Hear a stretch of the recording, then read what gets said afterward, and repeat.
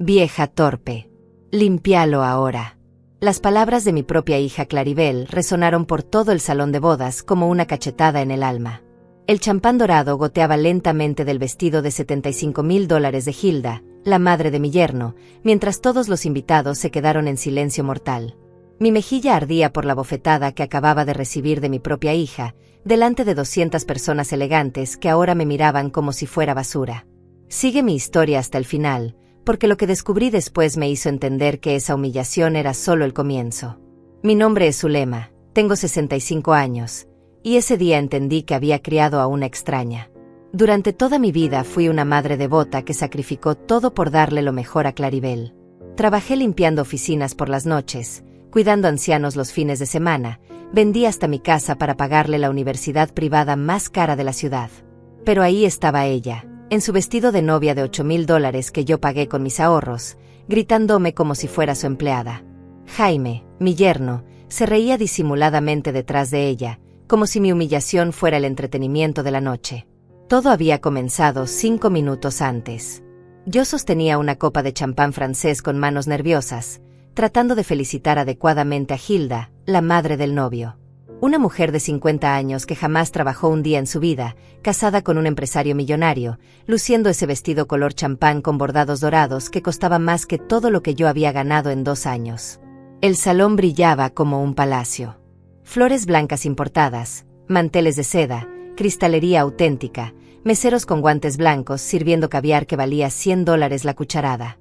Yo me había puesto mi único vestido elegante, uno negro comprado en oferta hace 5 años, sintiéndome completamente fuera de lugar entre tanto lujo. Me acerqué a Hilda con respeto, quería presentarme como corresponde. Ella estaba rodeada de sus amigas, todas con joyas que brillaban más que las luces del techo, comentando sobre sus próximas vacaciones en Europa. Extendí mi mano para saludarla cuando un mesero que llevaba una bandeja llena de copas tropezó exactamente detrás de mí. El empujón fue suficiente para que mi copa se volcara directamente sobre el escote del vestido de diseñador. El champán se esparció como una mancha dorada sobre la tela exclusiva, creando una marca oscura que parecía crecer ante mis ojos horrorizados. Hilda gritó como si la hubieran apuñalado. Sus amigas se apartaron como si yo tuviera una enfermedad contagiosa. Los meseros corrieron con servilletas, pero ya era demasiado tarde. La mancha había empapado completamente la parte frontal del vestido más caro que había visto en mi vida. Antes de que pudiera explicar que había sido un accidente, que el mesero me había empujado, Claribel apareció a mi lado como una tormenta. Su rostro estaba rojo de furia, sus ojos brillaban con una rabia que jamás había visto dirigida hacia mí. La bofetada llegó tan rápido que ni siquiera la vi venir. El sonido resonó por todo el salón, más fuerte que la música de la orquesta. Mi mejilla se encendió inmediatamente y las lágrimas brotaron sin que pudiera controlarlas. Vieja torpe. Límpialo ahora. Arrodíllate y límpialo inmediatamente. Sus gritos se escuchaban por encima del murmullo de los invitados. Jaime se acercó riéndose, como si la situación fuera divertidísima. Mira lo que hizo tu madre, le dijo a Claribel entre risas. Debería estar fregando pisos en lugar de estar aquí. Me quedé paralizada, sosteniendo mi mejilla ardiente, mientras 200 personas me observaban con desprecio y lástima. Algunos sacaron sus teléfonos para grabar mi humillación. Otros murmuraban entre ellos, seguramente comentando que hacía una mujer como yo en una boda tan elegante. Hilda seguía gritando sobre su vestido arruinado, exigiendo que yo pagara los $75,000 inmediatamente. Sus amigas la consolaban como si hubiera sufrido una tragedia, mientras me señalaban con asco. En ese momento entendí algo que jamás pensé que entendería. Mi propia hija se avergonzaba de mí. Después de todos los sacrificios, después de haberle dado mi vida entera, yo era solo una molestia en su día perfecto. Sin decir una palabra, dejé mi copa en la mesa más cercana y caminé hacia la salida. Los invitados se apartaban a mi paso como si fuera un fantasma. Nadie me detuvo, nadie me defendió, ni siquiera los familiares que habían conocido mi historia de sacrificios por Claribel. Salí del salón con la cabeza en alto, aunque por dentro me estaba desmoronando. Subí a mi auto usado y manejé hasta mi pequeño apartamento, el mismo que había alquilado después de vender mi casa para pagar la boda de mi hija. Llegué a mi pequeño apartamento con las manos todavía temblando y la mejilla ardiendo por la bofetada de mi propia hija. Me senté en mi sillón gastado, el único mueble decente que me quedaba después de vender todo para financiar esa maldita boda, y las lágrimas comenzaron a brotar sin control. 40 años de sacrificios se desmoronaron en un instante. Pero necesito contarte toda la verdad sobre lo que hice por Claribel, porque solo así entenderás la magnitud de su traición. Cuando su padre nos abandonó, Claribel tenía 8 años y yo 27. Me quedé sola con una niña, sin educación universitaria, sin familia que me apoyara, trabajando en una fábrica textil que apenas me pagaba para sobrevivir. Pero yo tenía un sueño, que mi hija fuera diferente, que tuviera todas las oportunidades que yo nunca tuve. Comencé trabajando doble turno en la fábrica. Llegaba a casa a las 11 de la noche, agotada, con los dedos hinchados de tanto coser, pero siempre encontraba energía para ayudarle con las tareas escolares. Los fines de semana limpiaba casas de familias adineradas, y entre semana cuidaba a la señora Esperanza, una anciana con demencia que me pagaba $50 por noche. Recuerdo perfectamente cuando Claribel cumplió 15 años. Todas sus compañeras de clase tuvieron fiestas espectaculares, con salones alquilados y vestidos de $500. Yo trabajé 3 meses extra, vendí mi única joya que tenía de mi madre, un anillo de oro, y le organicé una fiesta que costó $2,000. Era todo mi dinero, pero verla feliz esa noche valía cada centavo. Después vino la universidad. Claribel insistió en estudiar en la privada más cara de la ciudad, una que cobraba $3,000 por semestre. Yo ganaba apenas $800 al mes limpiando oficinas, pero conseguí un préstamo con un interés del 20% anual. Firmé esos papeles sabiendo que me tomaría décadas pagarlo. Durante 5 años, trabajé como loca para mantenerla. Limpiaba oficinas de 6 de la mañana a 2 de la tarde, después corría a cuidar niños hasta las 8 de la noche, y los fines de semana lavaba ropa para las familias del barrio adinerado. Claribel nunca tuvo que trabajar ni un solo día durante su carrera. Mientras sus compañeras usaban ropa barata, yo me aseguraba de que ella siempre luciera impecable. Le compraba zapatos de marca, carteras elegantes, ropa de diseñador que encontraba en outlets con descuento. Quería que encajara con las niñas ricas, que nunca se sintiera menos que ellas. Cuando se graduó, me pidió un auto. Yo manejaba una chatarra de 20 años que se descomponía cada 2 meses, pero conseguí otro préstamo y le compré un Volkswagen usado pero en excelentes condiciones. $22,000 que agregué a mi montaña de deudas. Después llegó Jaime a su vida. Un muchacho de familia adinerada que estudiaba administración de empresas en la misma universidad. Al principio me alegré porque parecía tratarla bien, pero pronto noté que Claribel comenzó a cambiar. Empezó a hablarme diferente, como si mis consejos fueran ignorantes, como si mi forma de vivir fuera vergonzosa. Cuando Jaime venía a visitarla, yo notaba cómo miraba nuestro apartamento pequeño con desprecio. Claribel se disculpaba por la modestia de nuestra casa, como si fuera culpa mía no tener una mansión.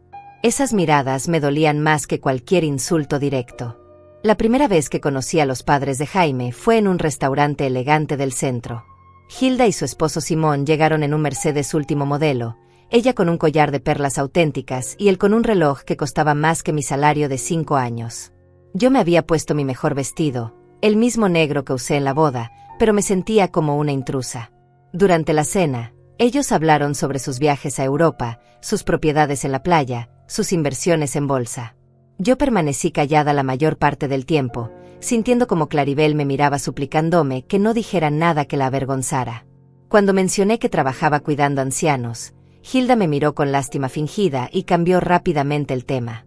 Esa noche, cuando regresamos a casa, Claribel me dijo algo que jamás olvidaré.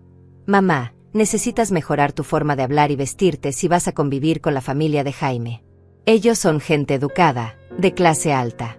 Sus palabras fueron como dagas en mi corazón, pero me las tragué pensando que solo quería lo mejor para su relación. Cuando Jaime le propuso matrimonio, Claribel corrió a contarme la noticia. Yo me alegré genuinamente, pensando que había encontrado el amor. Pero entonces comenzaron los planes de la boda, y mi pesadilla financiera se convirtió en algo mucho peor. Claribel quería una boda que rivalizara con las de las familias más ricas de la ciudad. El salón más exclusivo, 300 invitados, orquesta en vivo, flores importadas, menú de 5 tiempos con mariscos y carnes premium. El presupuesto inicial era de $80,000. Los padres de Jaime se ofrecieron a pagar la mitad, pero Claribel insistió en que yo también tenía que contribuir con la otra mitad para demostrar que estábamos a su nivel económico. $40,000. Una suma que representaba 3 años de mi salario completo. Le expliqué que era imposible, que no tenía ese dinero. Ella comenzó a llorar, diciendo que Hilda se burlaría de nosotras si no podíamos pagar nuestra parte. Que Jaime pensaría que veníamos de una familia sin recursos. Que ella se moriría de vergüenza. Esa misma semana fui al banco y solicité un préstamo hipotecando la única propiedad que tenía, un pequeño terreno que había heredado de mi madre en las afueras de la ciudad. Era mi única seguridad para la vejez, mi único patrimonio, pero lo arriesgué todo por hacer feliz a mi hija. El banco me aprobó $30,000. Para conseguir los 10,000 restantes, vendí mi casa. La misma casa donde había criado a Claribel, donde guardaba todos nuestros recuerdos juntas, donde había soñado vivir hasta mis últimos días. La vendí por debajo de su valor real porque necesitaba el dinero rápido. Me mudé a este apartamento de 2 habitaciones, perdí mi jardín donde cultivaba mis flores, perdí el cuarto donde Claribel había crecido, perdí mi estabilidad financiera y emocional. Pero ella tuvo su boda de ensueño. Durante los preparativos, Claribel me trataba como si fuera su empleada. Me mandaba a hacer diligencias, a recoger invitaciones, a probar pasteles, siempre recordándome que no hiciera nada que la avergonzara frente a los organizadores elegantes. El día anterior a la boda, cuando fui a recoger mi vestido alquilado porque no tenía dinero para comprar uno nuevo, Claribel me vio y frunció el ceño. Es muy sencillo, mamá. La gente va a pensar que somos pobres. Pero ya era demasiado tarde para cambiar nada.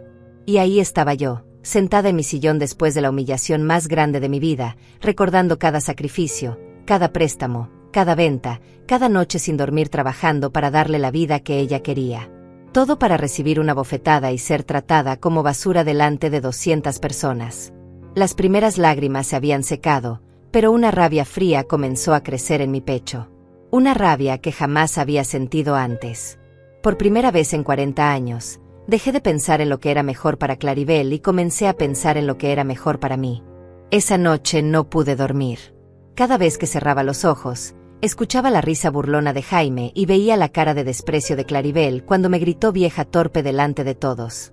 Me levanté a las 3 de la madrugada y decidí hacer algo que no había hecho en años: revisar mis documentos importantes.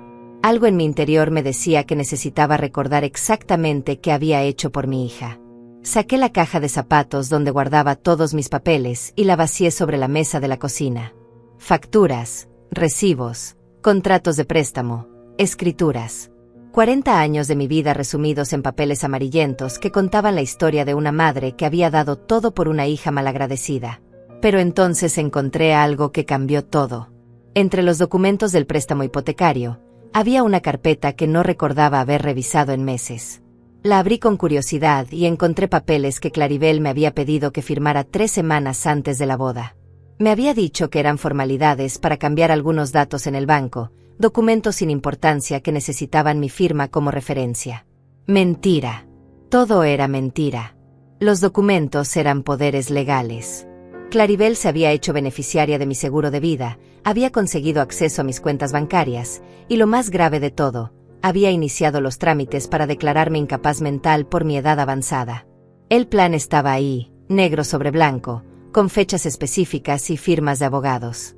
Mis manos temblaron mientras leía cada línea. Había un informe psicológico falso donde supuestamente yo mostraba signos de demencia senil.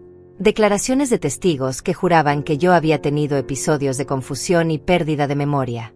Todo inventado, todo fabricado para quitarme mi libertad legal. Pero lo peor estaba en la última página, un folleto de un asilo de ancianos llamado Villa Dorada. No era uno de esos lugares dignos donde los ancianos viven con respeto. Era uno de esos depósitos de personas olvidadas, donde las familias abandonan a sus padres para nunca más visitarlos. El costo mensual era de $1,200, pagados con mi propia pensión y los restos de mis ahorros. Había anotaciones en los márgenes con la letra de Claribel. Fecha tentativa de ingreso, 2 semanas después de la boda. Diagnóstico a presentar: deterioro cognitivo severo. Duración estimada: indefinida. La habitación comenzó a dar vueltas. Mi propia hija, la niña por la que había sacrificado mi vida entera, había planeado encerrarme en un asilo inmediatamente después de su boda. Había usado mi amor incondicional para manipularme y conseguir que firmara mi propia condena. Pero había más. Encontré correos electrónicos que Claribel había impreso, conversaciones con Jaime donde discutían sobre mis propiedades. En uno de ellos, fechado 2 meses atrás, Jaime escribía: una vez que tu madre esté internada, podremos vender su terreno y usar ese dinero para la luna de miel en Europa. Ella ya no lo necesitará. La respuesta de Claribel me destrozó el alma. Perfecto. Además, con su pensión pagando el asilo, nosotros podemos quedarnos con los $30,000 que quedan del préstamo. Al fin me liberé de esa carga. Carga. Esa era yo para mi hija. Una carga de la que había que deshacerse. Seguí leyendo y encontré más detalles del plan. Habían calculado exactamente cuánto dinero obtendrían de mis propiedades. $45,000 del terreno, $8,000 de mis pocos muebles de valor, y acceso permanente a mi pensión de $700 mensuales. Todo sumado, mi encierro les reportaría más de $50,000 inmediatos, más un ingreso fijo mensual.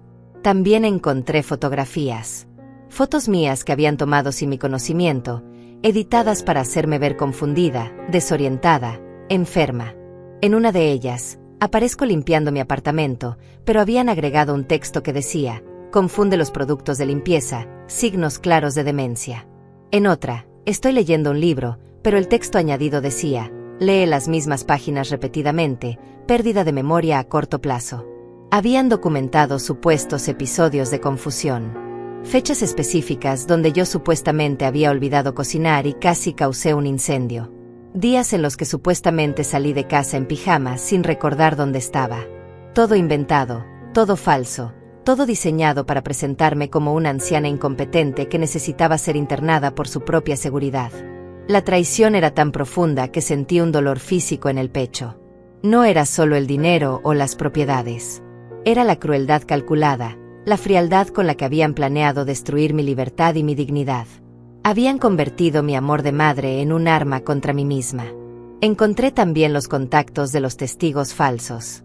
Amigos de Jaime que habían aceptado mentir a cambio de dinero. Uno de ellos había cobrado $500 por declarar que me había visto vagar desorientada por el supermercado, hablando sola y confundiendo productos básicos.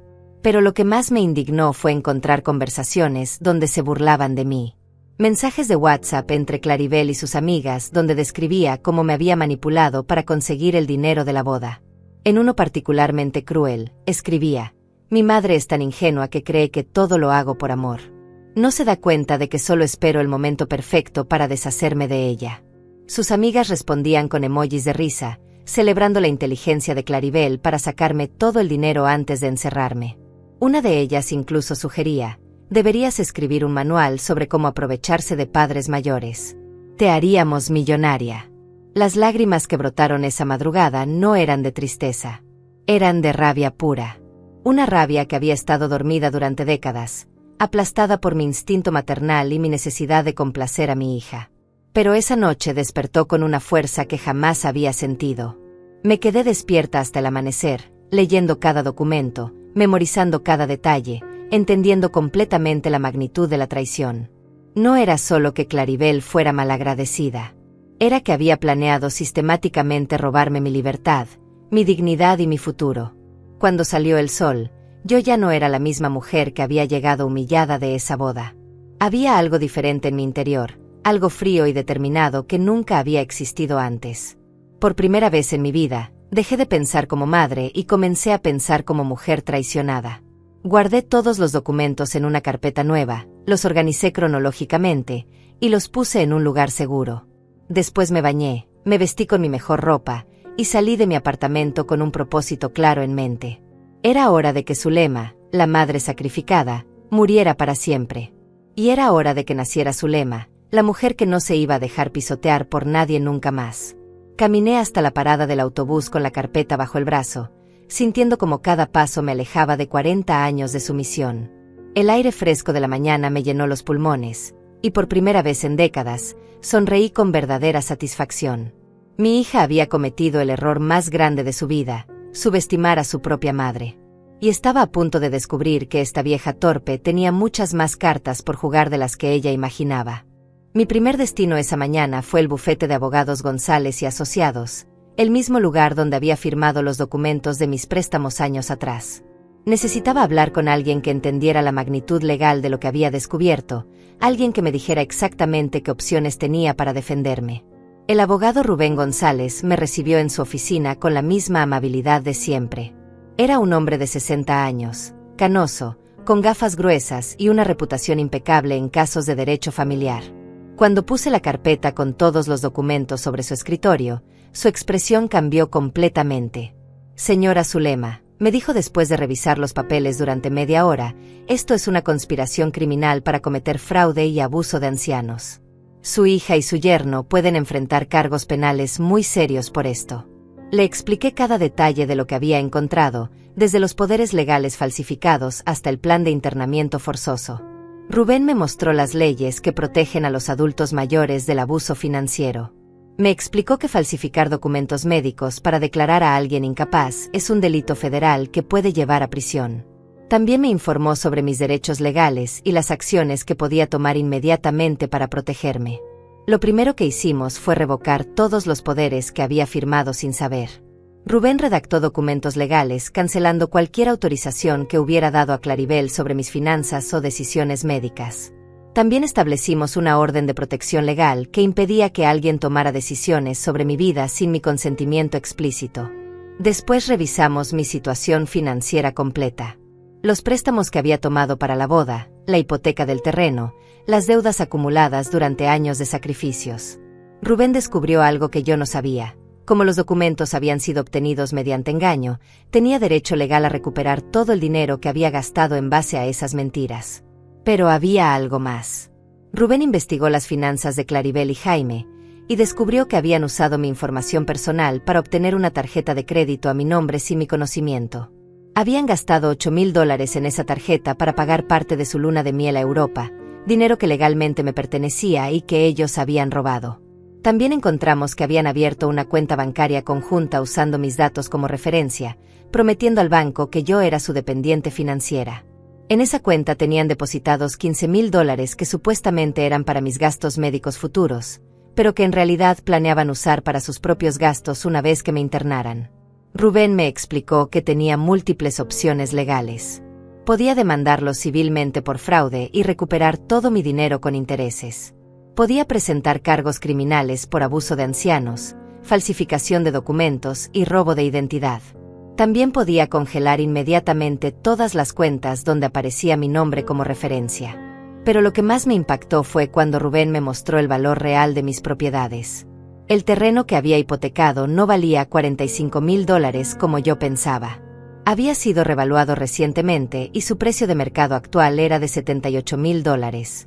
Claribel lo sabía y había planeado venderlo por debajo de su valor real para obtener dinero rápido. Decidimos actuar inmediatamente. Rubén contactó al banco y congeló todas las cuentas donde mi nombre aparecía como titular o referencia. Esto incluía la cuenta conjunta de Claribel y Jaime, donde tenían depositados no solo los $15,000 robados, sino también $12,000 adicionales que habían recibido como regalos de boda en efectivo. También cancelamos la tarjeta de crédito fraudulenta y presentamos una denuncia formal por robo de identidad. El banco me informó que tendría que reembolsarme los $8,000 gastados ilegalmente, más los intereses acumulados. Pero la jugada más importante fue revocar inmediatamente el préstamo hipotecario. Como había sido obtenido mediante documentos falsificados y bajo engaño, tenía derecho a cancelarlo sin penalización. Esto significaba que mi terreno quedaba libre de deudas nuevamente, y el banco tendría que perseguir a Claribel para recuperar los $30,000 que ya había recibido. Rubén redactó cartas legales para todos los testigos falsos que habían firmado declaraciones sobre mi supuesta incapacidad mental. Les informaba que estaban participando en un fraude criminal y que tenían 48 horas para retractarse oficialmente o enfrentarían cargos por perjurio. También preparamos una demanda civil contra Claribel y Jaime por un total de $120,000, los $40,000 que gasté en su boda, los $30,000 del préstamo fraudulento, los $27,000 de la tarjeta de crédito y gastos relacionados, más $23,000 en daños punitivos por abuso emocional y conspiración criminal. Cuando salí del bufete esa tarde, Tenía en mis manos un arsenal legal completo. Órdenes judiciales, demandas civiles, denuncias criminales, y lo más importante, la cancelación inmediata de todos los poderes que había dado a mi hija. Ya no podía tomar ni una sola decisión sobre mi vida sin mi consentimiento. Pero yo quería algo más que justicia legal. Quería que Claribel entendiera el dolor que me había causado. Quería que sintiera la misma desesperación que yo había sentido durante años trabajando como esclava para financiar sus caprichos. Esa noche regresé a mi apartamento y me senté a planear la segunda fase de mi respuesta. No iba a ser solo una batalla legal. Iba a ser una lección de vida que Claribel jamás olvidaría. Saqué mi teléfono y bloqueé el número de Claribel. También bloqueé el de Jaime y el de todos sus amigos que pudieran intentar contactarme. Cambié las cerraduras de mi apartamento y contraté un servicio de seguridad para que monitoreara cualquier intento de acoso o intimidación. Después llamé a mi jefe en la empresa de limpieza y renuncié. Ya no iba a seguir trabajando como una esclava para mantener a una hija que me despreciaba. Con el dinero que iba a recuperar legalmente, podría vivir con dignidad por primera vez en décadas. También visité a mi doctor de cabecera y solicité un examen neurológico completo. Quería tener documentación médica oficial que demostrara que mi mente estaba perfectamente clara y funcional. El doctor, que me conocía desde hacía años, se indignó cuando le expliqué lo que Claribel había intentado hacer. Me dio no solo el certificado de salud mental que necesitaba, sino también una carta detallada explicando que jamás había observado signos de demencia o deterioro cognitivo en mí. Su testimonio sería crucial para desacreditar completamente los informes médicos falsificados que mi hija había preparado. Esa noche, mientras organizaba todos mis documentos legales en orden cronológico, sentí una satisfacción que no había experimentado en años. Por primera vez en mi vida adulta, estaba tomando decisiones pensando únicamente en mi bienestar. No más sacrificios por una hija malagradecida. No más trabajos agotadores para financiar los caprichos de otros. No más humillaciones ni desprecios. A los 65 años, finalmente había aprendido a valorarme a mí misma. El teléfono comenzó a sonar alrededor de las 10 de la noche. Era el número de Claribel, pero como lo había bloqueado, las llamadas iban directamente al buzón de voz. Dejé que sonara toda la noche, imaginando la desesperación creciente de mi hija al darse cuenta de que sus cuentas bancarias estaban congeladas y que yo no respondía a sus llamadas. Mañana comenzaría oficialmente mi nueva vida. Una vida donde Zulema finalmente importaba más que los demás. Al día siguiente desperté con una sensación extraña. Por primera vez en décadas, había dormido profundamente sin preocuparme por los problemas de Claribel. Mi teléfono mostraba 27 llamadas perdidas de números que no reconocía. Seguramente mi hija había pedido prestado teléfonos para intentar contactarme, pero yo no tenía prisa por hablar con ella. Desayuné tranquilamente y me dirigí al banco para completar los trámites que Rubén había iniciado el día anterior. La gerente, señora Patricia, me recibió con una expresión preocupada. Había revisado mi cuenta durante toda la mañana y había descubierto irregularidades que iban más allá de lo que yo imaginaba. Señora Zulema, me dijo mostrándome los estados de cuenta en su computadora, su hija ha estado retirando dinero de su cuenta desde hace 6 meses usando una tarjeta adicional que solicitó a su nombre. En total, son $12,000 en retiros no autorizados. Mi sangre se heló. Claribel había estado robándome sistemáticamente mucho antes de planear mi internamiento. Cada mes retiraba entre $1,500 y $2,000, siempre en cantidades pequeñas para no despertar sospechas. Dinero que yo creía estar ahorrando para emergencias médicas había estado financiando sus salidas de fin de semana con Jaime. La gerente me mostró las fechas y ubicaciones de los retiros. Restaurantes elegantes, tiendas de ropa cara, spas de lujo, hoteles boutique. Mi hija había usado mis ahorros para darse la vida que yo nunca pude permitirme, mientras yo comía frijoles y arroz todos los días para poder enviarle dinero extra. Pero había algo peor. Patricia me enseñó que Claribel había solicitado aumentar el límite de mi tarjeta de crédito a $25,000, falsificando mi firma en los documentos. Afortunadamente, el trámite aún estaba en proceso y pudimos cancelarlo antes de que fuera aprobado. También descubrimos que había intentado obtener un préstamo personal de $15,000 usando mi nombre como aval. Los documentos de solicitud estaban llenos de mentiras sobre mis ingresos y propiedades. Había declarado que yo ganaba $3,000 mensuales cuando en realidad ganaba 800, y había inflado el valor de mis posesiones para calificar para un monto mayor. Patricia me aseguró que el banco haría una investigación completa y que todos los cargos fraudulentos serían revertidos. También me ofreció un servicio especial de protección contra fraude que me alertaría inmediatamente si alguien intentaba usar mi información financiera sin autorización. Cuando salí del banco, mi teléfono comenzó a sonar insistentemente. Era un número que no conocía, pero esta vez decidí contestar para escuchar qué tenía que decirme mi querida hija. «¿Mamá?» Era la voz de Claribel, pero sonaba diferente. Nerviosa, casi suplicante. «Mamá, necesito hablar contigo urgentemente. Ha habido un malentendido terrible con las cuentas del banco». «¿Un malentendido?», le respondí con voz fría. ¿Te refieres al malentendido de planear internarme en un asilo para robarme mis propiedades? ¿O al malentendido de sacar $12,000 de mi cuenta sin mi permiso? El silencio al otro lado de la línea duró varios segundos. Después escuché sollozos fingidos.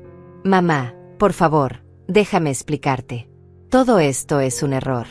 Jaime me convenció de hacer cosas que no entendía bien. Yo jamás te haría daño intencionalmente». Mentira tras mentira. Incluso en ese momento de desesperación, Claribel seguía manipulando, seguía mintiendo, seguía tratando de hacerme sentir culpable por defenderme. «Claribel», le dije con la voz más firme que pude, «tengo en mis manos todos los documentos que firmaste. Los correos con Jaime planeando mi internamiento. Las conversaciones con tus amigas riéndose de lo ingenua que soy. Los reportes médicos falsos que inventaste para declararme incapaz. No hay nada que puedas explicar porque todo está documentado». «Pero mamá», gritó, «soy tu hija. Soy lo único que tienes en el mundo. No puedes hacerme esto». Su desesperación me confirmó que ya se había dado cuenta de la magnitud de su problema. Las cuentas congeladas, los préstamos cancelados, la investigación bancaria. Su plan perfecto se había desmoronado en menos de 24 horas. «Claribel», le respondí, «eres mi hija biológica, pero dejaste de ser mi familia el día que decidiste traicionarme. Una verdadera hija jamás habría planeado encerrar a su madre para robarle sus propiedades. Necesito ese dinero», gritó, mostrando por fin su verdadera personalidad. «Jaime y yo tenemos compromisos. Tenemos que pagar la luna de miel. Tenemos deudas. No puedes dejarnos sin nada». Ahí estaba la verdad. No le importaba haberme lastimado. No le importaba haber planeado destruir mi vida. Lo único que le preocupaba era perder acceso a mi dinero. «Claribel», le dije, «durante 40 años yo trabajé como esclava para darte todo. Vendí mi casa, hipotequé mi terreno, me endeudé hasta el cuello para pagar tu boda. Y tu respuesta fue planear internarme en un asilo para robarme lo poco que me quedaba. Ahora vas a experimentar lo que se siente estar sin dinero, como yo estuve toda mi vida por darte a ti lo mejor. Eres una vieja egoísta», gritó, perdiendo completamente la compostura. «Después de todo lo que hice por ti, te di nietos. Te incluí en mi vida. Te llevé a mi boda. Me reí amargamente. ¿Nietos? Claribel no tenía hijos. ¿Me incluiste en tu vida? ¿Me usaste como sirvienta y cajero automático? ¿Me llevaste a tu boda? Me humillaste delante de 200 personas y me echaste como si fuera basura». La llamada se cortó abruptamente. Probablemente Claribel había arrojado el teléfono contra la pared en un ataque de rabia. Pero a mí no me importó. Había dicho todo lo que necesitaba decir. Durante el resto del día, mi teléfono no paró de sonar. Números diferentes, pero siempre la misma desesperación del otro lado. Claribel había reclutado a Jaime, a sus amigas, incluso a algunos parientes lejanos para que me suplicaran que reconsiderara mi decisión. Jaime me llamó llorando, diciendo que todo había sido idea de Claribel y que él era inocente. Que él me quería como a su propia madre y jamás habría participado en algo así. Pero yo había leído sus mensajes de texto riéndose de mí y planeando cómo gastar mi dinero. Sus lágrimas llegaban 40 años demasiado tarde. Una de las amigas de Claribel, Perla, me llamó para decirme que estaba siendo muy dura con mi hija, que Claribel estaba devastada y que tal vez había cometido errores por amor. Le pregunté si ella estaría dispuesta a que su propia hija la internara en un asilo para robarle sus propiedades. Colgó sin responder. Pero la llamada más patética fue la de Hilda, la madre de Jaime. La misma mujer cuyo vestido había manchado accidentalmente, la que me había tratado con desprecio en el restaurante, ahora me suplicaba que no arruinara el futuro de su hijo. Señora Zulema, me dijo con voz melosa, estoy segura de que podemos resolver esto en familia. Jaime es un buen muchacho que se dejó influenciar por ideas equivocadas. Si usted retira las demandas, nosotros podemos compensarla económicamente. ¿Compensarme?, le pregunté. ¿Como cuando me ofrecieron limpiar su vestido de $75,000 arrodillada en el piso? ¿O como cuando su hijo se rió de mi humillación delante de todos los invitados? Hilda intentó explicar que esa noche había sido muy estresante para todos, que las emociones estaban exaltadas. Pero yo ya no tenía paciencia para más mentiras y manipulaciones. Señora Hilda, le dije, su hijo y mi hija son adultos que tomaron decisiones adultas. Ahora van a enfrentar las consecuencias adultas de sus acciones. Si hubieran querido resolver esto en familia, no habrían planeado internarme a la fuerza en un asilo. Esa noche conté las llamadas del día, 42. Exactamente el número que aparecía en la thumbnail que me había inspirado a contar mi historia. 42 llamadas desesperadas de personas que durante años me habían tratado como invisible, pero que ahora me necesitaban desesperadamente. Me serví una copa de vino, algo que no hacía desde hacía años porque consideraba que era un gasto innecesario, y brindé por mi nueva libertad. Las siguientes 2 semanas fueron las más intensas de mi vida. Cada día traía nuevas revelaciones sobre la traición de Claribel y nuevas victorias en mi batalla legal. Rubén había presentado todas las demandas y denuncias, y el sistema judicial comenzó a moverse más rápido de lo que cualquiera de nosotros había anticipado. La primera gran victoria llegó cuando el banco completó su investigación interna. No solo confirmaron el fraude de los $12,000 que Claribel había robado de mi cuenta, sino que descubrieron una red más amplia de irregularidades. Habían usado mi información personal para solicitar 3 tarjetas de crédito adicionales en diferentes bancos, acumulando deudas por $26,000 que yo desconocía completamente. La investigación bancaria también reveló que Jaime había abierto una cuenta empresarial falsa usando mi nombre como socia comercial sin mi conocimiento. En esa cuenta habían depositado dinero de origen sospechoso, incluyendo préstamos que habían obtenido prometiendo que yo era la garantía del negocio. El monto total ascendía a $34,000 que ahora el banco estaba reclamando como deuda fraudulenta. Pero lo que más me sorprendió fue descubrir que habían intentado vender mi terreno sin mi autorización. Rubén encontró documentos en el registro de propiedades donde Claribel había falsificado mi firma para iniciar un proceso de venta por $50,000, muy por debajo del valor real de $78,000. Afortunadamente, el proceso se había detenido cuando el notario pidió que yo compareciera personalmente a firmar, algo que obviamente nunca hice. Las autoridades comenzaron a tomar el caso muy en serio cuando se dieron cuenta de que no era un simple conflicto familiar, sino una operación criminal sistemática de abuso financiero hacia ancianos. El fiscal asignado, un hombre joven llamado Gael, me explicó que casos como el mío eran cada vez más comunes y que representaban un delito federal con penas de hasta 15 años de prisión. Durante este tiempo, las llamadas desesperadas continuaron. Claribel había cambiado de estrategia y ahora enviaba mensajes de texto dramáticos donde se presentaba como víctima. En uno de ellos escribió: «Mamá, Jaime me abandonó. Se fue con otra mujer y me dejó sola con todas las deudas. Por favor, ayúdame, no tengo a nadie más en el mundo». Era mentira, por supuesto. Rubén había contratado un investigador privado que confirmó que Claribel y Jaime seguían juntos, viviendo en un apartamento caro que pagaban con dinero robado. Habían inventado la historia de la separación esperando generar lástima y manipular mis emociones maternales. Otros mensajes eran más agresivos. «Te vas a morir sola y olvidada», escribió en uno particularmente cruel.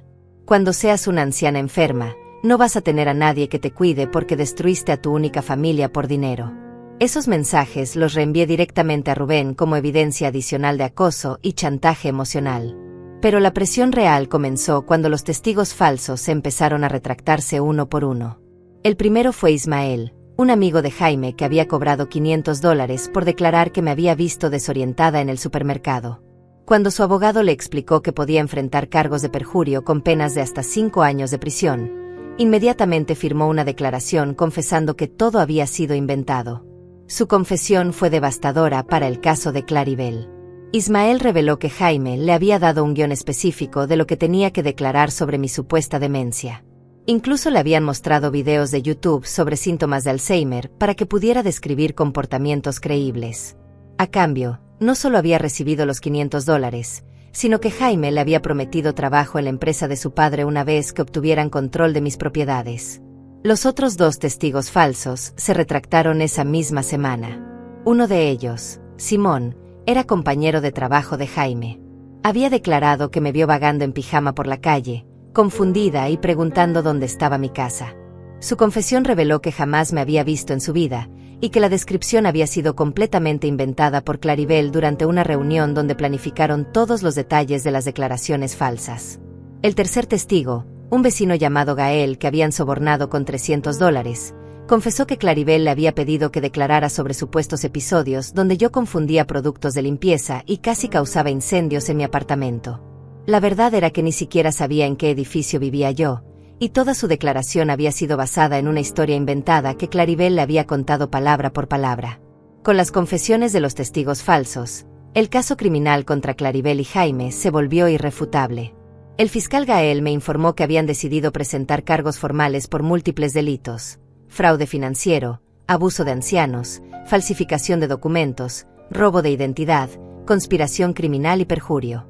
Si eran declarados culpables de todos los cargos, podrían enfrentar entre 12 y 20 años de prisión. Pero yo no quería que fueran a prisión por décadas.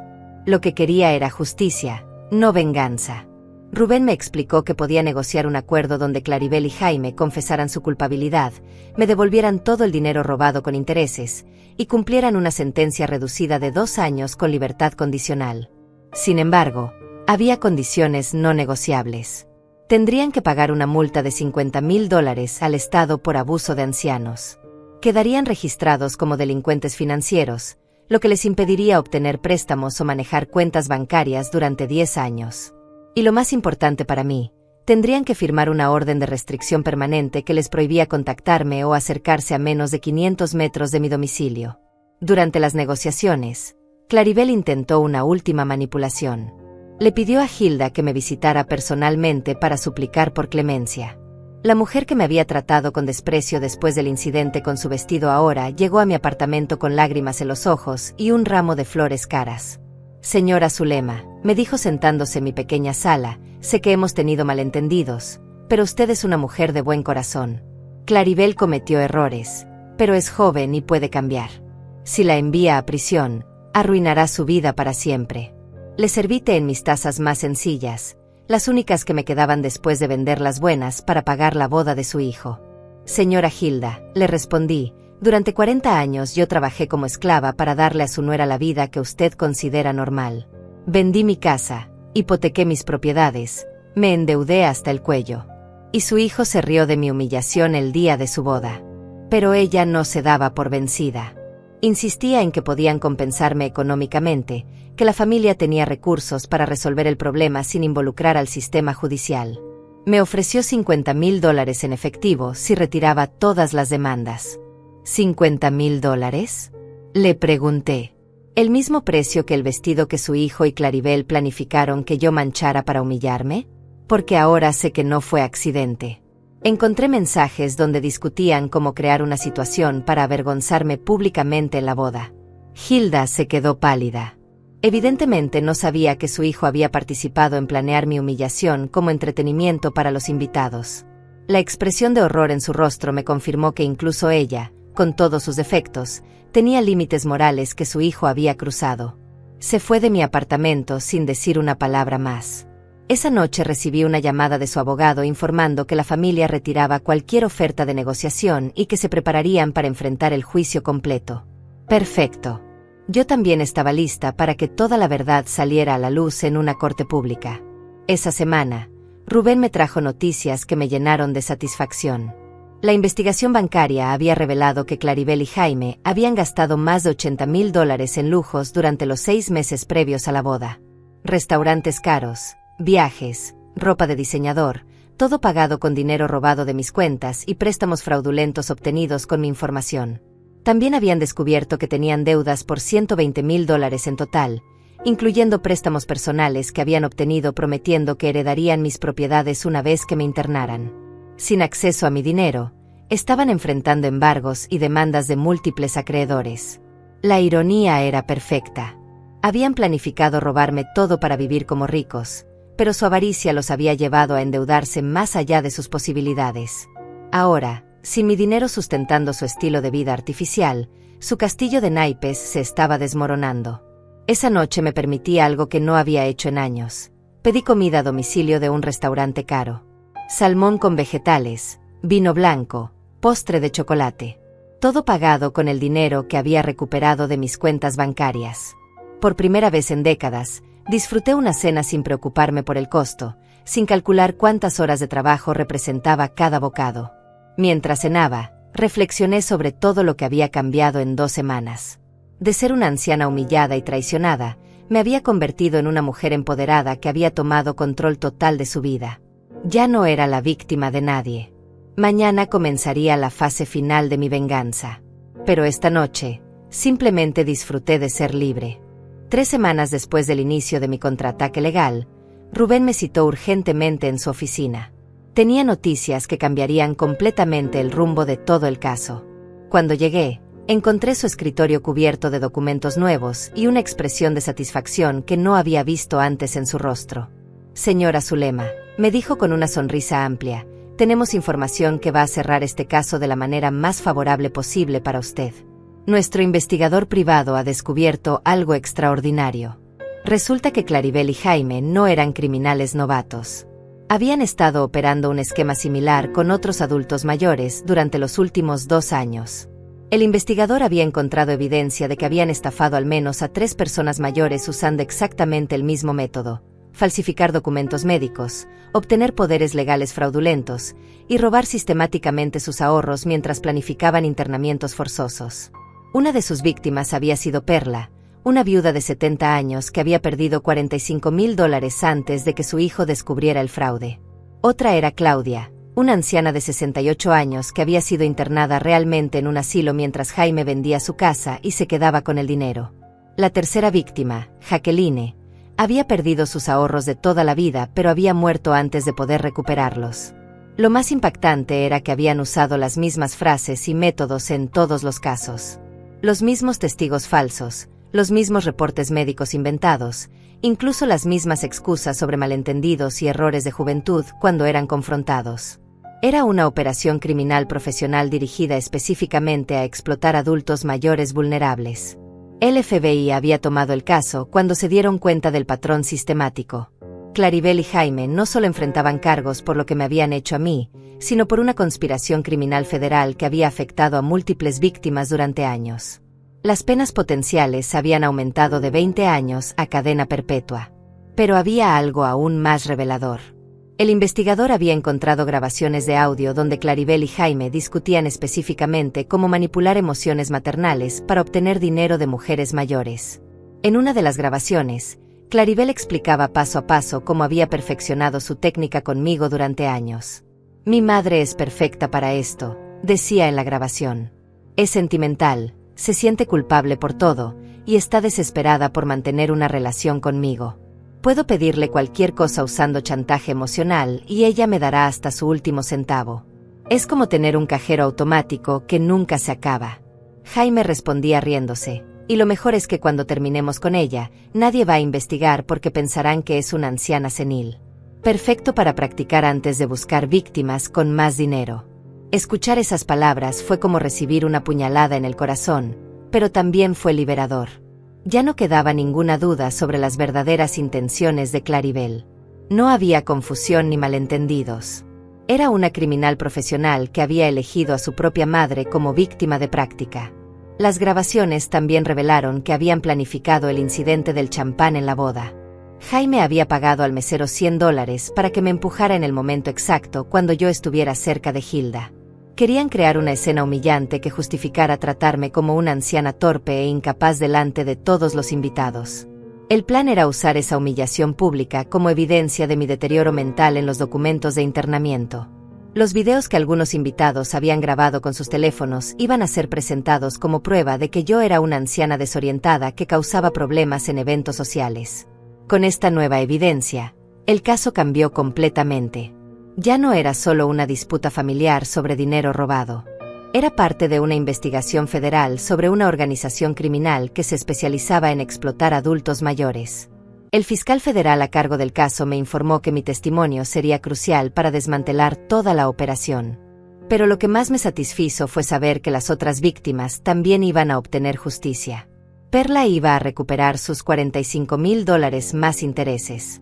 La familia de Claudia iba a recibir compensación por la venta fraudulenta de su casa y el trauma del internamiento forzoso. Y los herederos de Jacqueline iban a recuperar los ahorros que les habían robado. Durante las siguientes 2 semanas, mi apartamento se convirtió en un centro de actividad legal. Abogados del FBI, fiscales federales, investigadores, todos venían a tomar mi declaración y recopilar evidencia. Mi pequeña mesa de cocina se llenó de documentos que mostraban la magnitud real de la operación criminal de Claribel y Jaime. Habían robado más de $300,000 en total de sus diversas víctimas. Habían falsificado documentos médicos de al menos 7 doctores diferentes. Habían sobornado a 15 testigos falsos. Habían abierto cuentas bancarias fraudulentas en 3 estados diferentes. Era una empresa criminal completa con estructura organizacional y métodos refinados. Lo más perturbador fue descubrir que habían mantenido archivos detallados sobre cada víctima, incluyendo análisis psicológicos sobre cómo manipular mejor sus emociones. Mi archivo tenía 30 páginas con observaciones sobre mis inseguridades, mis miedos, mis puntos débiles emocionales, todo catalogado y estudiado para maximizar su capacidad de extraer dinero de mí. Habían identificado que mi mayor vulnerabilidad era el miedo al abandono y mi necesidad desesperada de mantener una relación con mi única hija. Habían documentado exactamente qué frases usar para hacerme sentir culpable, como timín perfecto para pedirme dinero cuando estaba más emocionalmente vulnerable, y qué mentiras específicas eran más efectivas para manipular mis decisiones. Una sección completa del archivo estaba dedicada a calcular mi valor neto total y planificar la secuencia óptima para extraer todo mi dinero. Habían estimado que podrían obtener $120,000 de mí durante 3 años antes de internarme, y después otros $50,000 de la venta de mis propiedades. Para ellos, yo era literalmente un activo financiero que habían decidido liquidar sistemáticamente. Pero también encontraron evidencia de que habían estado reclutando a otras víctimas potenciales. Tenían una lista de 25 mujeres mayores de la ciudad, todas con perfiles similares al mío, viudas o solteras, con ahorros modestos, socialmente aisladas, y con familiares que podrían manipular para obtener acceso a sus finanzas. El FBI arrestó a Claribel y Jaime un martes por la mañana. Yo no estaba presente, pero Rubén me contó los detalles. Los habían encontrado en un hotel de lujo pagado con dinero robado, planificando huir del país con pasaportes falsos que habían comprado con fondos obtenidos fraudulentamente de sus víctimas. Cuando los arrestaron, Claribel había gritado que todo era culpa mía, que yo la había obligado a robar porque era una madre egoísta que no le daba suficiente dinero voluntariamente. Incluso en el momento de su arresto, seguía tratando de manipular la situación para presentarse como víctima. Jaime había intentado huir por la ventana del hotel, pero fueron detenidos rápidamente. En su equipaje encontraron más de $50,000 en efectivo, joyas robadas de sus víctimas, y documentos falsificados para asumir nuevas identidades en México. Esa noche, después de recibir la noticia del arresto, me serví una copa de champán. El mismo tipo de champán que había derramado accidentalmente en el vestido de Hilda, el momento que había desencadenado el descubrimiento de toda esta pesadilla. Ahora ese accidente se sentía como el mejor error que había cometido en mi vida. Brindé por mi libertad, por mi dignidad recuperada, y por todas las otras víctimas que finalmente iban a obtener justicia. Pero sobre todo, brindé por haber aprendido a valorarme a mí misma por primera vez en 65 años. La mujer que había sido humillada en esa boda había muerto para siempre. En su lugar había nacido una mujer que sabía defender sus derechos y que jamás volvería a permitir que nadie la tratara como menos de lo que valía. El juicio comenzó 6 meses después del arresto. Durante todo ese tiempo, había vivido la vida más tranquila y digna de mis 65 años. Sin las constantes demandas financieras de Claribel, sin el estrés de trabajar múltiples empleos, sin la ansiedad de nunca tener suficiente dinero para satisfacer sus caprichos, había descubierto lo que significaba realmente vivir en paz. El día que debía testificar llegué al juzgado vestida con un traje nuevo que había comprado con mi propio dinero recuperado. Era la primera vez en décadas que compraba ropa sin preocuparme por el precio o calcular cuántas horas de trabajo representaba. Me sentía elegante, digna y completamente preparada para enfrentar a mi hija ante la justicia. La sala del tribunal estaba llena de periodistas, familiares de otras víctimas y curiosos que habían seguido el caso en las noticias. La historia de una madre traicionada por su propia hija había capturado la atención pública, especialmente porque representaba un tipo de abuso que muchas familias habían experimentado en silencio. Cuando Claribel entró esposada al tribunal, me impactó ver cómo había cambiado. Los meses en prisión habían borrado su aire de superioridad. Su cabello estaba descuidado, su rostro demacrado, y su postura era la de alguien que había perdido toda esperanza. Por un segundo, mi instinto maternal quiso sentir lástima por ella, pero inmediatamente recordé las grabaciones donde se reía de mi ingenuidad. Jaime se veía aún peor. Había perdido mucho peso, tenía ojeras profundas, y su nerviosismo era evidente. Constantemente miraba hacia la puerta como si quisiera huir, exactamente como había intentado hacer el día de su arresto en el hotel. Cuando me llamaron a testificar, caminé hacia el estrado con la cabeza alta. El fiscal, un hombre competente llamado Ismael, me guió a través de mi testimonio de manera muy organizada. Comenzamos con mi vida antes de conocer las intenciones de Claribel, todos los sacrificios que había hecho, todo el dinero que había gastado en su educación y bienestar. Le conté al juez sobre los 3 empleos simultáneos, sobre vender mi casa para pagar su boda, sobre hipotecar mi terreno para satisfacer sus demandas constantes de dinero. Describí en detalle cómo había vivido comiendo frijoles y arroz durante años para poder enviarle dinero extra, mientras ella usaba mis ahorros para cenar en restaurantes caros con Jaime. Después llegó la parte más difícil, describir el descubrimiento de la traición. Le mostré al juez todos los documentos que había encontrado esa madrugada terrible, los poderes legales falsificados, el plan de internamiento, las conversaciones crueles donde se burlaban de mi ingenuidad maternal. El momento más impactante fue cuando el fiscal reprodujo las grabaciones de audio donde Claribel describía cómo manipularme emocionalmente. Toda la sala escuchó en silencio mientras mi propia hija explicaba con frialdad calculada cómo había convertido mi amor maternal en un arma contra mí misma. Es como tener un cajero automático que nunca se acaba, resonó su voz por todo el tribunal.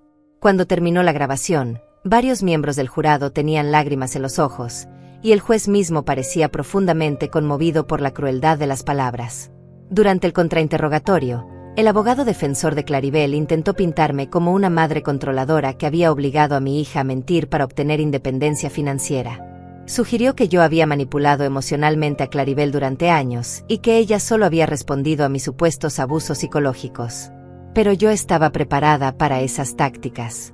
Con voz firme, le expliqué al abogado que durante 40 años había dado todo lo que tenía voluntariamente, sin presionar ni chantajear a mi hija.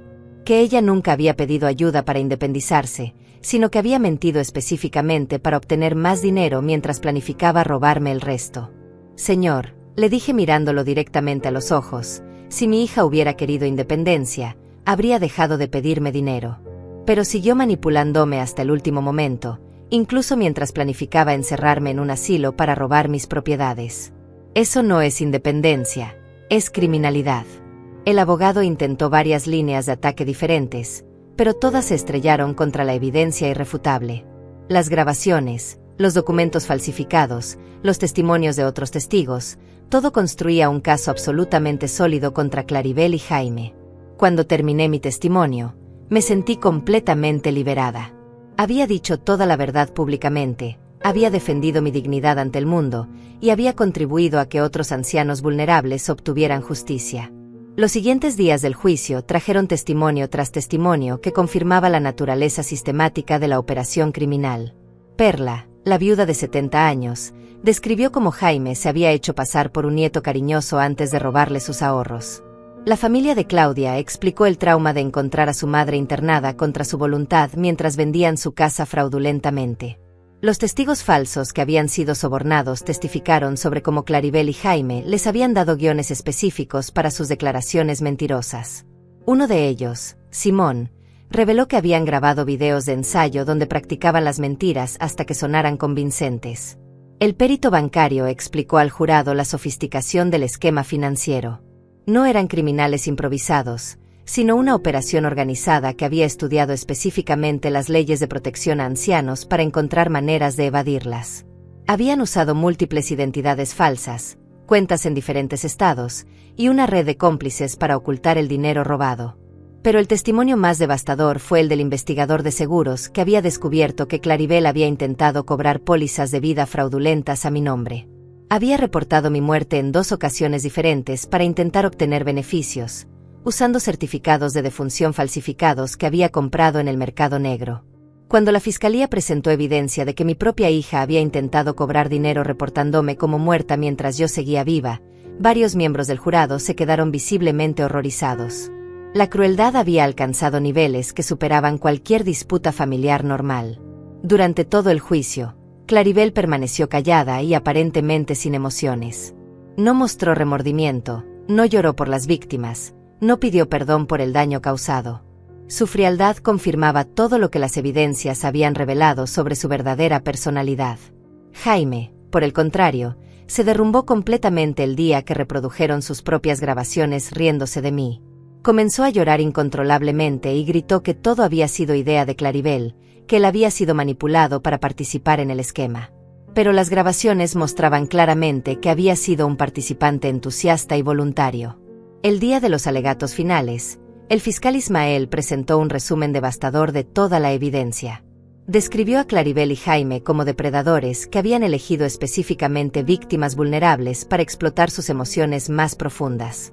Explicó que habían causado no solo daño financiero, sino trauma psicológico que duraría toda la vida. Señores del jurado, concluyó, este no es un caso sobre dinero. Es un caso sobre la destrucción sistemática de la confianza humana más básica, la relación entre madre e hijo. Los acusados no solo robaron dinero, robaron amor, robaron dignidad, y robaron la esperanza de que las familias pueden ser lugares de seguridad para nuestros ancianos. El abogado defensor hizo un último intento desesperado, argumentando que Claribel había crecido en pobreza y había desarrollado una mentalidad distorsionada sobre el dinero. Sugirió que sus acciones, aunque criminales, eran resultado de trauma psicológico por haber visto a su madre trabajar excesivamente durante su infancia. Pero su argumento sonaba hueco después de toda la evidencia presentada. El jurado había escuchado las grabaciones donde Claribel se reía de mi ingenuidad. Habían visto los documentos donde planificaba sistemáticamente robar mis propiedades. Habían conocido a otras víctimas que no tenían ninguna relación familiar con los acusados. Cuando el juez envió al jurado a deliberar, yo me sentí en paz por primera vez en meses. Había hecho todo lo posible para obtener justicia, no solo para mí, sino para todas las víctimas de este esquema cruel. El resultado estaba fuera de mi control, pero sabía que había luchado con dignidad y verdad. Esa noche, mientras esperaba el veredicto, reflexioné sobre todo el camino recorrido desde aquella humillante noche de boda. La mujer que había salido llorando de ese salón ya no existía. En su lugar había una mujer fuerte que había encontrado su voz y había usado la justicia para protegerse y proteger a otros. El jurado deliberó durante 3 días. 3 días que pasé en una calma extraña, como si hubiera entregado completamente mi destino al universo después de haber hecho todo lo humanamente posible por obtener justicia. No sentía ansiedad ni desesperación. Solo una paz profunda que venía de saber que había luchado con verdad y dignidad. El 4.º día, mi teléfono sonó temprano en la mañana. Era Rubén con noticias que cambiarían mi vida para siempre. El jurado había llegado a un veredicto. Culpables en todos los cargos. Claribel y Jaime enfrentaban sentencias que podrían llegar hasta 25 años de prisión, más la obligación de devolver todo el dinero robado con intereses y penalizaciones. Cuando llegué al tribunal para escuchar la sentencia formal, la sala estaba aún más llena que durante el juicio. La historia había capturado la atención nacional como símbolo de un problema creciente, el abuso financiero hacia adultos mayores por parte de sus propias familias. El juez, un hombre mayor llamado Gael que había demostrado paciencia y sabiduría durante todo el proceso, leyó el veredicto con voz solemne. Culpable de conspiración para cometer fraude. Culpable de abuso financiero hacia adultos mayores. Culpable de falsificación de documentos. Culpable de robo de identidad. La lista continuó durante varios minutos. Cuando llegó el momento de dictar sentencia, el juez se dirigió directamente a Claribel y Jaime. Sus palabras resonaron por toda la sala con una autoridad moral que me conmovió profundamente. Señora Claribel, le dijo, usted no solo robó dinero de su madre. Robó algo mucho más valioso. Robó la capacidad de una mujer de confiar en el amor familiar. Robó la dignidad de una madre que sacrificó toda su vida por darle oportunidades. Robó la esperanza de que las familias pueden ser refugios seguros para nuestros ciudadanos mayores. Después se dirigió a Jaime. Señor Jaime, usted participó voluntariamente en una conspiración que tarjeta específicamente a personas vulnerables por su edad y su aislamiento social. Usted se rió de la humillación de una anciana que lo había tratado como hijo. Usted ayudó a planificar el internamiento forzoso de una mujer competente para robar sus propiedades. La sentencia fue más severa de lo que yo había esperado. Claribel recibió 18 años de prisión sin posibilidad de libertad condicional durante los primeros 8 años. Jaime recibió 15 años con condiciones similares. Ambos tendrían que pagar restitución completa a todas las víctimas, más multas de $100,000 cada uno al Estado. Pero lo que más me satisfizo fue la orden permanente de restricción. Cuando salieran de prisión, estarían legalmente prohibidos de contactarme o acercarse a mí de cualquier manera. Finalmente tendría la garantía legal de que mi tranquilidad estaría protegida para siempre. Cuando el juez preguntó si las víctimas querían hacer declaraciones finales, yo pedí permiso para hablar. Me levanté lentamente, mirando directamente a Claribel por primera vez durante todo el juicio. Claribel, le dije con voz firme, durante 65 años creí que ser buena madre significaba sacrificar todo por ti sin esperar nada a cambio. Vendí mi casa, hipotequé mi futuro, trabajé hasta la extenuación, todo porque pensé que así te demostraba mi amor. Hice una pausa, sintiendo el peso de 40 años de sacrificios no reconocidos. Pero tú convertiste mi amor en debilidad. Convertiste mi generosidad en vulnerabilidad. Convertiste mi instinto maternal en un arma contra mí misma. Eso no es solo crimen, eso es traición en el nivel más profundo posible. Mi voz se fortaleció mientras continuaba. Sin embargo, quiero agradecerte por algo. Tu traición me enseñó a valorarme a mí misma. Me enseñó que merezco dignidad y respeto. Me enseñó que el amor verdadero no requiere que una persona se destruya a sí misma para demostrar su devoción. Claribel finalmente me miró directamente, y por primera vez vi algo que podría haber sido remordimiento en sus ojos.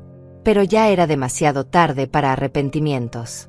Tu padre nos abandonó cuando eras niña, concluí, pero yo elegí quedarme y darte todo.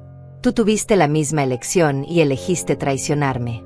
Ahora vas a vivir con las consecuencias de esa elección, igual que yo viví con las consecuencias de amar demasiado. Cuando terminé de hablar, la sala estaba en completo silencio. Incluso algunos de los periodistas tenían lágrimas en los ojos. Había logrado decir todo lo que necesitaba decir, con dignidad y sin amargura. Después de la sentencia, las otras víctimas y sus familias se acercaron para agradecerme por haber tenido el valor de luchar. Perla, la viuda de 70 años, me abrazó llorando y me dijo que mi testimonio le había dado fuerza para superar su propio trauma. La familia de Claudia me invitó a cenar para celebrar que finalmente habían obtenido justicia. Pero la conversación más significativa fue con una mujer joven llamada Hilda, que se acercó tímidamente después de que la sala se vaciara. Era reportera de un periódico nacional y había seguido todo el caso. Señora Zulema, me dijo, su historia ha inspirado a miles de personas mayores a revisar sus propias situaciones familiares. Hemos recibido cientos de llamadas de ancianos que reconocieron patrones de abuso que antes no habían identificado. Me explicó que mi caso había generado cambios legislativos para proteger mejor a los adultos mayores del abuso financiero familiar. Varias organizaciones estaban usando mi historia para educar sobre las señales de advertencia y los recursos disponibles para víctimas. 6 meses después de la sentencia, mi vida había encontrado un equilibrio que jamás pensé posible. Con todo el dinero recuperado, más las compensaciones ordenadas por la corte, tenía seguridad financiera por primera vez en décadas. Compré una casa pequeña pero hermosa en un barrio tranquilo, con un jardín donde pude plantar las flores que siempre había querido cultivar. Adopté un gato naranja que llamé Libertad, porque eso era exactamente lo que representaba mi nueva vida. Comencé a tomar clases de pintura, algo que había soñado hacer desde joven, pero nunca había podido permitirme. Viajé por primera vez en mi vida, visitando ciudades que solo había visto en revistas. Hice amigas genuinas en mi nuevo barrio, mujeres que me valoraban por quien era, no por lo que podía darles. Pero lo más importante fue que aprendí a decir no. No a peticiones irrazonables, no a relaciones tóxicas, no a cualquier situación que comprometiera mi dignidad o bienestar. La palabra que había sido imposible para mí durante 65 años se convirtió en mi herramienta más poderosa. Ocasionalmente recibo cartas de otras mujeres mayores que han leído sobre mi caso y han encontrado inspiración para enfrentar sus propias situaciones de abuso familiar. Les respondo a todas, compartiendo los recursos legales que descubrí y recordándoles que nunca es demasiado tarde para reclamar su dignidad. Un año después del juicio, estaba regando mis flores una mañana cuando el cartero me entregó una carta con remitente de la prisión estatal. Era de Claribel. La carta estaba llena de disculpas desesperadas y súplicas para que la visitara. Leí la carta una sola vez y después la quemé en mi chimenea. No por crueldad, sino porque había aprendido que algunas relaciones son tan tóxicas que no pueden ser reparadas. Mi paz mental valía más que cualquier esperanza de reconciliación. Esa noche, mientras cenaba salmón fresco en mi comedor iluminado por velas que había comprado sin calcular el costo, reflexioné sobre todo el camino recorrido. La mujer humillada que había salido llorando de aquella boda había muerto definitivamente. En su lugar vivía una mujer completa, digna y verdaderamente libre. A los 66 años, finalmente había aprendido la lección más importante de mi vida. El amor propio no es egoísmo, es supervivencia. Y las personas que te aman de verdad nunca te pedirán que te destruyas para demostrar tu devoción. ¿Qué habrías hecho tú en mi lugar? ¿Habrías tenido el valor de enfrentar a tu propia familia por tu dignidad? Me encantaría leer tus pensamientos en los comentarios, porque al final, todos merecemos amor que nos construya, no que nos destruya.